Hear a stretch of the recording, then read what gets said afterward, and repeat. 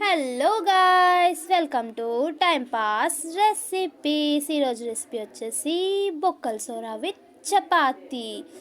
బొక్కల సోర కొంతమందికి తెలుసు, కొంతమందికి తెలియదు, కానీ తిన్న టేస్ట్ మాత్రం మస్తు ఉంటుంది చపాతీలో. దాని కాంబినేషనే వేరప్ప. బా, ఆ వర్డ్ ఏంటంటే నాకైతే నోట్లో నీళ్ళు ఊరుతాయి. ఫస్ట్ ప్రిపేర్ చేసుకుందాం, వచ్చేసేయండి. ఒక బౌల్ తీసుకున్నా, బౌల్లో బొక్కలు వేసా, నీట్గా ఒక 3 times కడిగేసుకున్నా. తర్వాత ఆనియన్స్ చక్కని కట్ చేసేసుకున్నా. స్టవ్ ఆన్ చేసి స్టవ్ మీద కుక్కర్ పెట్టేసా. అండ్ అందులో 3 spoons ఆఫ్ ఆయిల్ పోసేసుకున్నా. అండ్ తర్వాత అందులో ఆనియన్స్ వేసా.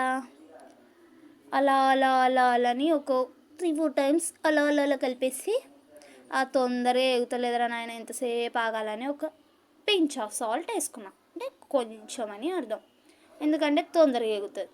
తర్వాత అందులో కొత్తిమీర వేసుకున్నా. ఆ కొత్తిమీర వేసాక ఆనియన్స్, ఆ కొత్తిమీర కలుపుతుంటే ఆ స్మెల్ ఉంటుంది చూడండి, చాలా బాగుంటుంది.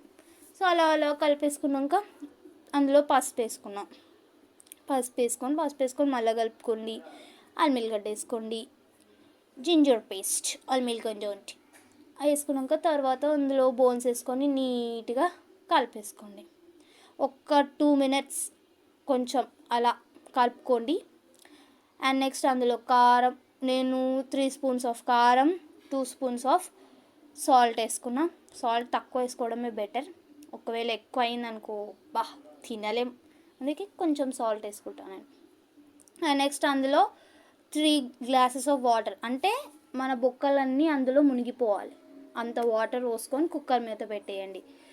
నెక్స్ట్ నేను మిక్సీ జార్ తీసుకొని అందులో కొబ్బరి కట్ చేసుకొని వేసుకున్నా. అండ్ నెక్స్ట్ ఒక పిడికెడు పుట్నాల పప్పు వేసుకున్నా. అంత లోపల అక్కడ కుక్కర్ అని విజిల్ చేసింది.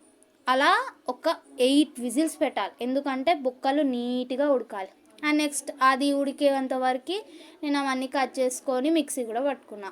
కొబ్బరి అండ్ పుట్నాలు ఆ మిక్చర్ని అందులో వేసి, ఆ తర్వాత మటన్ మసాలా వేసి, కొత్తిమీర వేసి ఒకసారి అలా కలిపేసుకొని కొన్ని వాటర్ పోసా.